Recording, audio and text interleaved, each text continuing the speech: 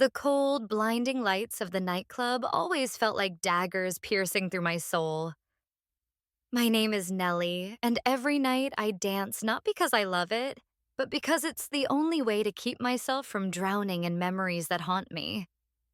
The men who watch me perform, rich, entitled, and often cruel, throw money at the stage as if I'm nothing more than an object for their amusement. But what they don't see are the tears I swallow before each performance or the shame that clings to me like a second skin. They don't know that behind every spin and leap, there's a broken heart fueling my movements. 10 years ago, I was someone else entirely. A girl full of dreams, madly in love with a man named Alex. He wasn't just any man. He was the man who made me believe in fairy tales. But life has a way of shattering even the most beautiful illusions. His family despised me, calling me trash, and insisting I wasn't good enough for their golden boy. When his mother handed me an envelope filled with cash, one last insult disguised as charity, I realized how little they thought of me. That night, I left him without a word, too afraid to face the truth. Dancing became my escape, my silent scream against the world that had betrayed me. But no matter how hard I tried to bury the past, Alex's face lingered in my mind. Every song played in the club seemed to echo his name. Each time I stepped into the stage, I could almost feel his eyes on me, even though I knew he wasn't there. It was torture, a never-ending cycle of pain and regret. And yet, here I am, still spinning under these harsh lights, pretending I'm free when really, I'm trapped in a prison of my own making. The night Alex introduced me to his parents, I knew my world was about to crumble. They didn't even try to hide their disdain for me. His mother looked at me as though I were some kind of stain on her immaculate Persian rug, while his father barely acknowledged my presence, dismissing me with a curt nod. It wasn't just their cold stares that pierced through me. It was the way they whispered behind closed doors, making sure I could hear every word. "She's not one of us," his mother had said loud enough for me to catch. "This girl will ruin his future." But nothing prepared me for what came next. A few days later, two men in dark suits appeared at my doorstep. Their polished shoes clicked ominously against the wooden floor as they stepped into my tiny apartment. One of them handed me an envelope without so much as a greeting. Inside was a wad of cash and a note written in bold, unforgiving letters. "You are not worthy of him. Leave now, or there will be consequences." My hands trembled as I read it over and over again, each word sinking deeper into my soul like shards of glass. I tried to convince myself that Alex would never condone this cruelty, that he loved me too much to let his family treat me this way. But doubt crept in like poison, twisting everything I thought I knew. When Alex arrived later that evening, oblivious to what had transpired, I couldn't bring myself to tell him.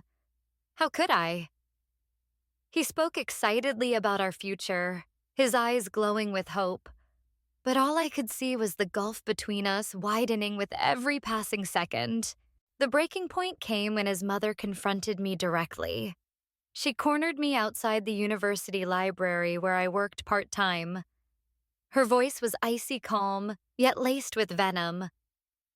"Do you really think someone like you can offer him anything? You're nothing but a distraction, a phase he'll grow out of." Then she added, almost casually, "Take the money, Nelly. Disappear quietly. That's the best thing you can do for him." When I finally accepted the envelope, it felt heavier than any burden I'd ever carried. As I clutched it in trembling hands, tears streamed down my face. I locked myself in my room for hours, replaying every memory we'd shared, the laughter, the stolen kisses, the promises whispered under starlit skies, and wondered how something so beautiful could turn into such unbearable pain.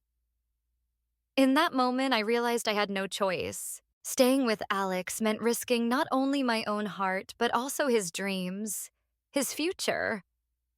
And so I left without saying goodbye, leaving behind only silence and unanswered questions.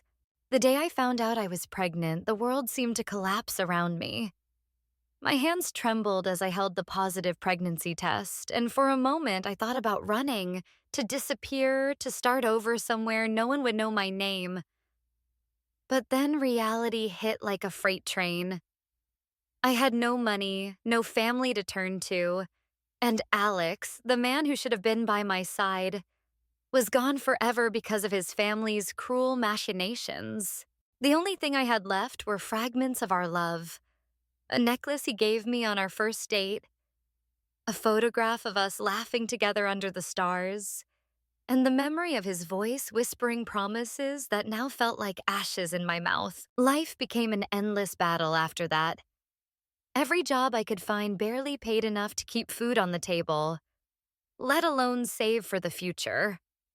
I scrubbed floors, worked double shifts at the bar where I danced, and even sold handmade crafts at flea markets just to make ends meet. One night, staring at the little wooden box where I kept the last remnants of Alex, a locket with his picture inside, I realized I couldn't afford rent anymore. With tears streaming down my face, I sold it to a pawn shop owner who offered me far less than it was worth.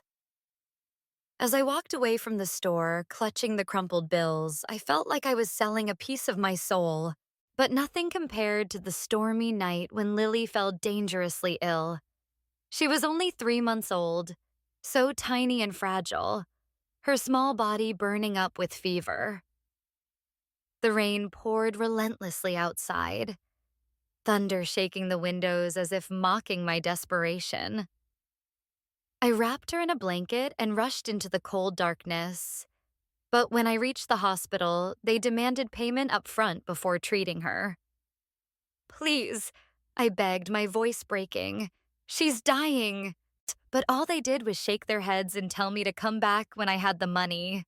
I stood there in the pouring rain, soaked to the bone, holding my baby girl who was struggling to breathe.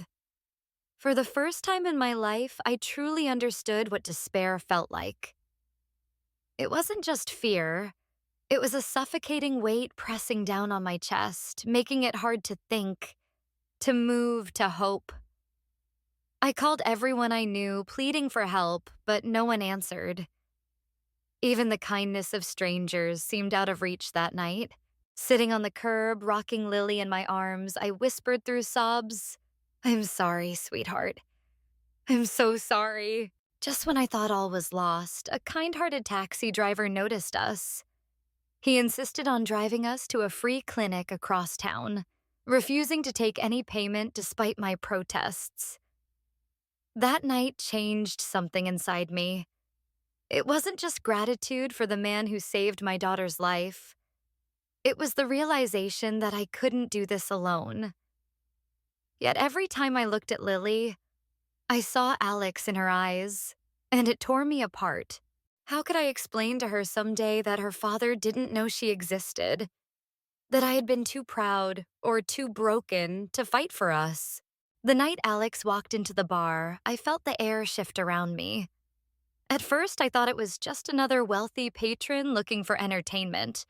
But when our eyes met across the dimly lit room, my heart stopped. He wasn't here by chance. He had come for me. For 10 long years, I had convinced myself that he didn't care, that his family's cruel machinations had erased any trace of what we once shared. But now, standing there in a tailored suit that screamed privilege, Alex looked as though he hadn't slept in days. His face was pale, his hands trembling slightly as he approached me. "Nelly," he said softly, his voice cracking with emotion. "I've been looking for you." Every fiber of my being screamed to push him away. How dare he show up now after all these years? After everything his family put me through? My mind raced with anger and betrayal. Did he think this was some sort of redemption story? That he could waltz back into my life, toss a few apologies around, and expect forgiveness? You shouldn't have come, I spat, my voice cold enough to cut steel. You're too late, Alex. Whatever you want. Curiosity, closure, or maybe just to ease your guilty conscience, you can forget it. You don't belong here. He flinched at my words, but instead of leaving, he stepped closer. I know I messed up, Nelly. I should have fought harder for us. But I'm here now because I need to make things right. Make things right? I laughed bitterly, the sound echoing off the walls like shards of broken glass. Do you even realize how much pain you caused me? Your family treated me like trash, Alex. They paid me off like I was nothing more than a mistake you needed to clean up.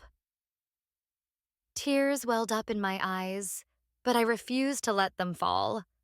Not in front of him. Not again. And where were you when they handed me that envelope? Where were you when I needed someone to stand by me? My voice rose, drawing curious glances from the other dancers and patrons. Oh, that's right. You weren't there. You abandoned me. You're a coward, Alex. A pathetic excuse for a man who couldn't even face the consequences of his own choices. For a moment, silence hung between us, heavy and suffocating. Then, without another word, I turned on my heel and stormed toward the exit, leaving him standing alone in the middle of the chaos. As I pushed through the door, the cool night air hit my face, but it did nothing to calm the storm raging inside me. I hated him. I hated myself for still feeling something for him.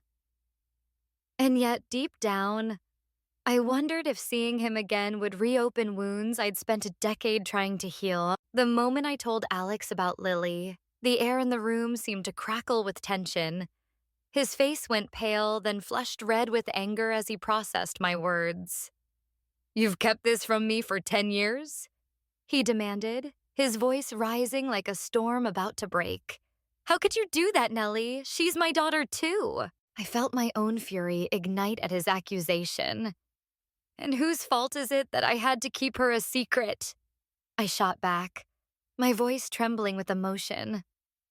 Your family treated me like garbage, Alex. They paid me off and made sure I stayed out of your perfect little world. Did you think I was just going to waltz back into your life after all they did?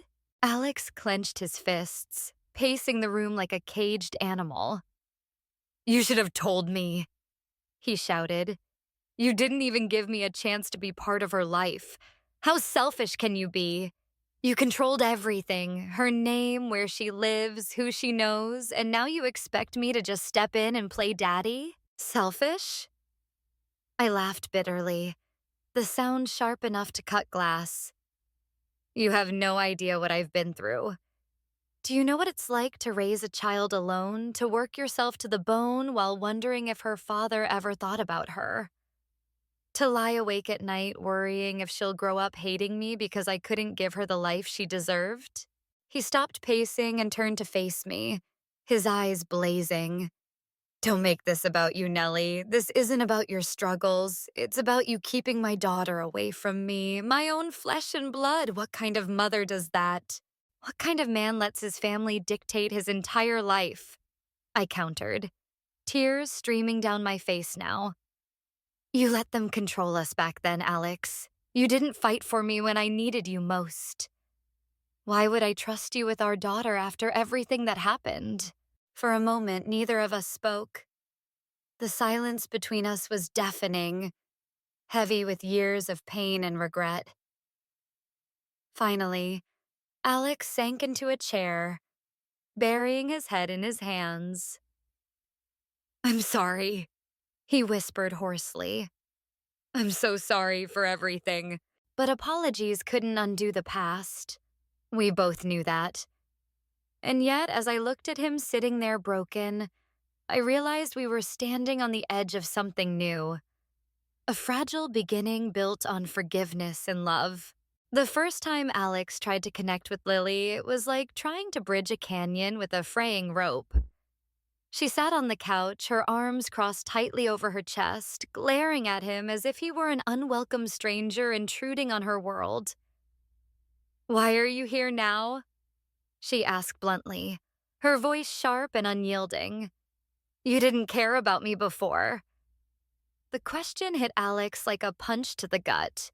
He opened his mouth to respond, but found no words. What could he say that wouldn't sound like an excuse?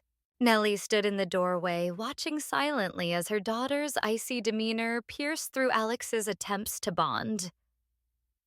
"Lily," she said gently, trying to intervene. "Give him a chance."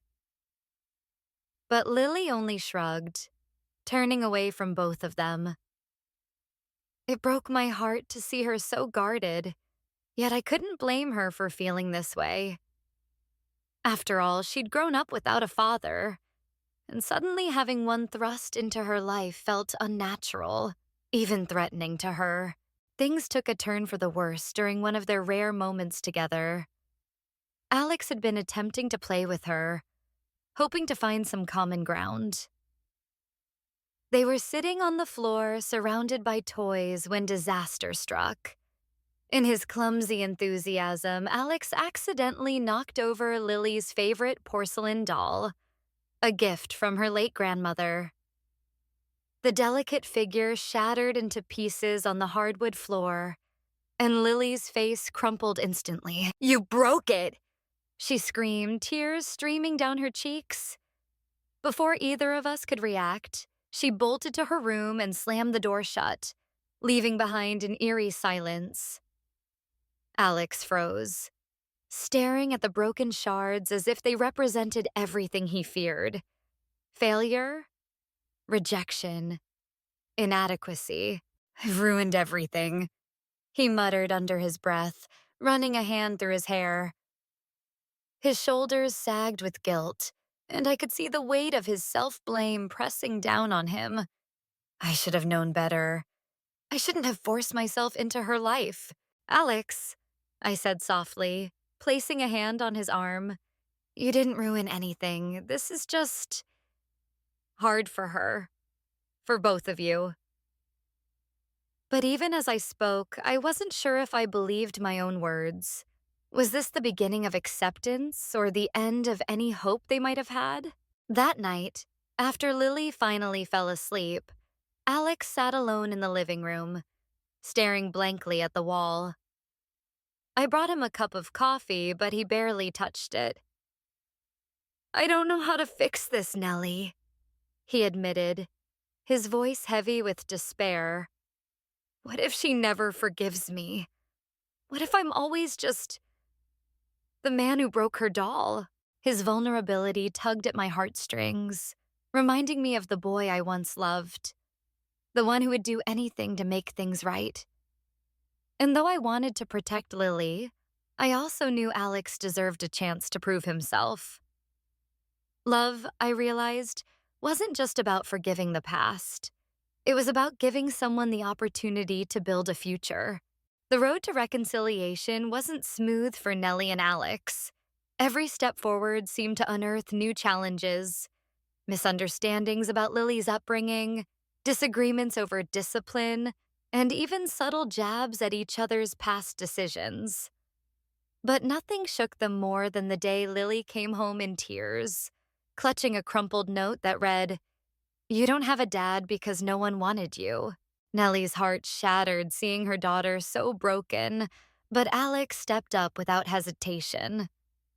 He went to the school the next morning, confronting the bullies and their parents with quiet authority. "My daughter deserves respect," he said firmly, his voice unwavering.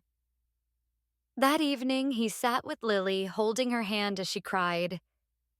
"You're not alone anymore," he promised. "I'm here now."